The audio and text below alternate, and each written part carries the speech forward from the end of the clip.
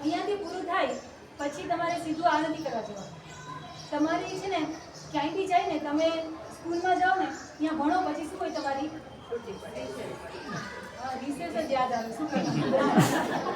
આ રિસેસ તો પડી ગઈ, નાટક જોઈ લીધું રિસેસમાં. પછી શું હોય? પીટી એક્ઝામ હોય. બરાબર છે?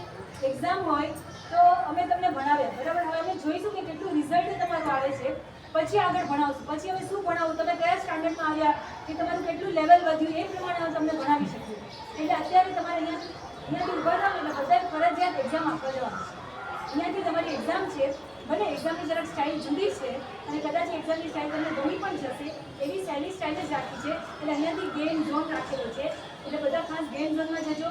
આ ગેમ ઝોન ખાલી ગેમ નથી, પણ જીવનમાં કંઈક પામશો, જીવનમાં કંઈક માનશો અને જીવનમાં કંઈક આચરશો, એવા ટાઈપની ગેમ ઝોન છે.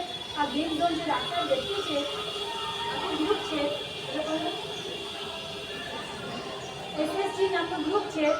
એ ગ્રુપની સ્થાપના ગયા વર્ષે જ્યારે અમે લોકો જ્યારે તપોવનમાં ચોમાસું હતા ત્યારે જીવનના શ્રીજી મહારાજ એટલે અમારા મોટા મહારાજ એમની પ્રેરણાથી આખી એ ગ્રુપની એ લોકોએ સ્થાપના કરી છે. અને જ્યાં જ્યાં પણ અમે હોઈએ ત્યાં એ લોકો પોતે ભાવથી આવે છે કે અમારે આવું કંઈક રાખવું છે જેથી લોકોને આનું જ્ઞાન મળે. એટલે એ લોકો આવ્યા, એ લોકોએ વિનંતી કરી અને એ લોકોને આપણે હા પાડી અને એ લોકો જે ભાવથી આવ્યા છે એ લોકો રેસ્પોન્સ એમને મળવો જોઈએ. એની સાથે સાથે આજે સાધનની ભક્તિ વિશે તમે સાંભળ્યું છે, સાથે સાથે આ સ્ટોલ રાખેલા છે, તો સાધનની ભક્તિનો પૂરેપૂરો આપણે લાભ લઈ શકીએ એની માટે જે સ્ટોલ રાખેલા છે એ લોકોને પણ તમે બરાબરનો ન્યાય આપજો. હું એમ નહીં કહું તમે ત્યાં ખરીદજો, પૈસા આપજો, એવું નહીં કહું, પણ શું કરજો, એ લોકોને પણ પૂરેપૂરો ન્યાય આપજો. ગેમ ઝોન પછી તમે જે સ્ટોલ છે એ સ્ટોલમાં, એટલે ત્યાર પછી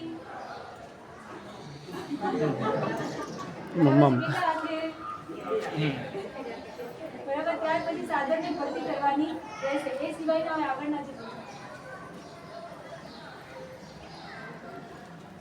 બધા જેણે પાર્ટ લીધું છે બધા હાજર થઈ જજો. અહીંયા સ્ટેજ પર કરવાનું રહેશે. પછી શ્રાવણ અને આવતીકાલે રવિવારે સવાર બપોરે 2:30 વાગે એક્ઝેક્ટ સ્ટાર્ટ થઈ જશે. બપોરના 2:30 વાગે અહીંયા જન્મ કલ્યાણકનો પ્રોગ્રામ, એ ઉપરાંતમાં નેમ રાજુલનો જાન વગેરેનો પ્રોગ્રામ, પ્રિયપદાની વધામણી, જાન અને પછી પરમાત્માના દીક્ષા કલ્યાણ વગેરે જે પણ અહીંયા પ્રોગ્રામ રાખવામાં આવે છે એમાં બધા સમયસર હાજર થજો. 2:30 વાગ્યાનો ટાઈમ છે, 2:30 થી લગભગ 5 જેવું થઈ જશે. એના પછી શ્રાવણ સુદ પાછળ એટલે કે સોમવાર 17 તારીખ એ દિવસે સોમવારના પ્રભુના જન્મ કલ્યાણ નિમિત્તે અહીંયા સવારના 7 વાગે સત્રસ્થ અભિષેક રાખ્યા છે. કદાચ આ અભિષેક કોઈ જોયા હશે, કોઈ ક્યારે જોયા પણ નહીં, માન્યા પણ નહીં. આમાં પરમાત્માના એમ કહેવાય છે કે ગુણોનું વિશેષણ છે. આપણે આપણા દીકરાના કે આપણે જે ગમતી વ્યક્તિના ઘણા ગુણો ગાઈએ છીએ કે તમારા અઢળક કર્મ ખપશે અને સાથે સાથે આનંદ પણ આપશે. ચિત્ત પ્રસન્નતામેથી તમે બોલો છો ને સામેથી પૂજ્ય માને જીનેશ્વરી. ભગવાનની પૂજા કરતા આપણું મન કેવું થાય, પ્રસન્ન થાય એ છે સાથે સાથે નવકાર તપાડાનું પણ નવકાર તપાડાની ખાસ સૂચના છે કે તમારે શું કરવાનું છે, વ્યાસનું છૂટું કરવાનું નથી. અને આને આખા ચોમાસામાં તમારે છૂટું કરવાનું છે જ નહીં. પરમિશન સુધી નવકાર તપાડે કોઈ છૂટું કરવાનું નથી.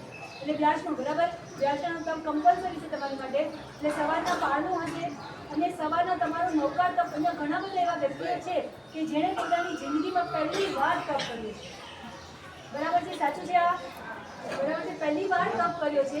તો એ તપ પહેલી વાર જિંદગીમાં કંઈક નાનો મોટો પણ કર્યો હોય એની ઉજવણી હોવી જોઈએ. એટલે આપણે એની ઉજવણી તરીકે, ઉજવણા તરીકે એક નવકાર પૂજન નાનું એવું અનુષ્ઠાન રાખેલું છે.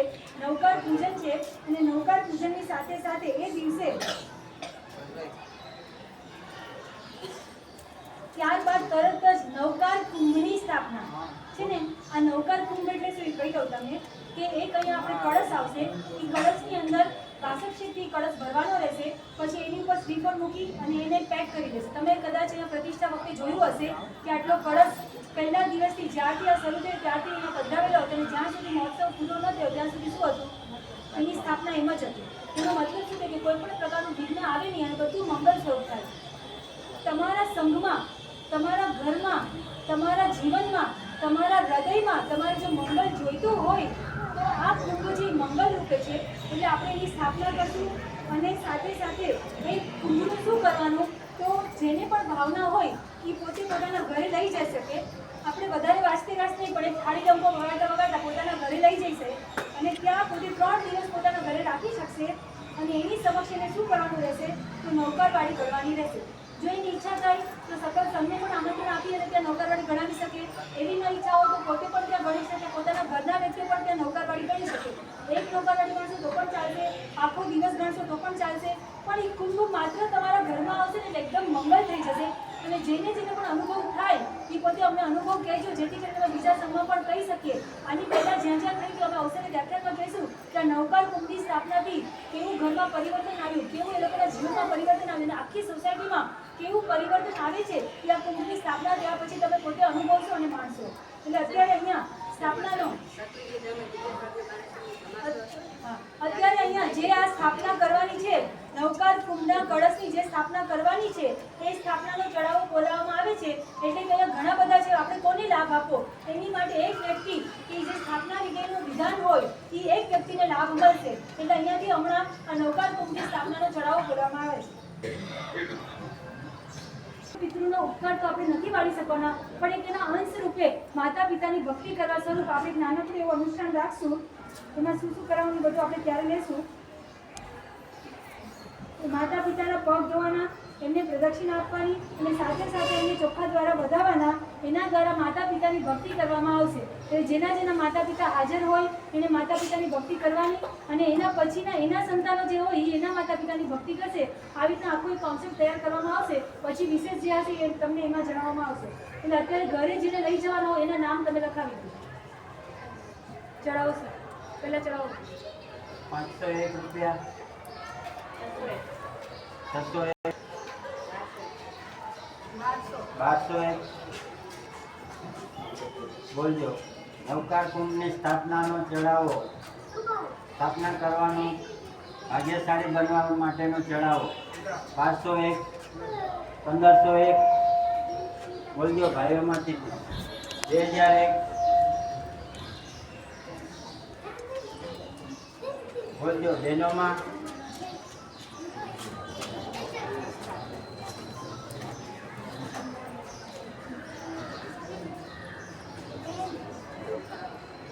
બોલજો આગળ.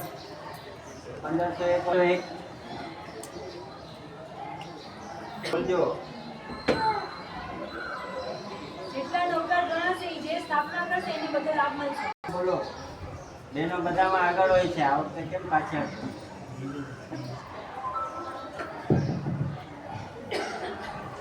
2101 રૂપિયા. બોલજો ભાગ્યશાળી. 2101. મંગળવાર. 2501. 2501. नौकार मंत्र है न्यारा, इसने लाखों को तारा. नौकार मंत्र है न्यारा, इसने लाखों को तारा. इस महामंत्र का जाप करो, भव जल से मिले किनारा. नमो हरिहंताणम, नमो सिद्धाणम, नमो आयर्याणम, नमो उवजायाणम, नमो लोए सब साहुणम, नमो लोए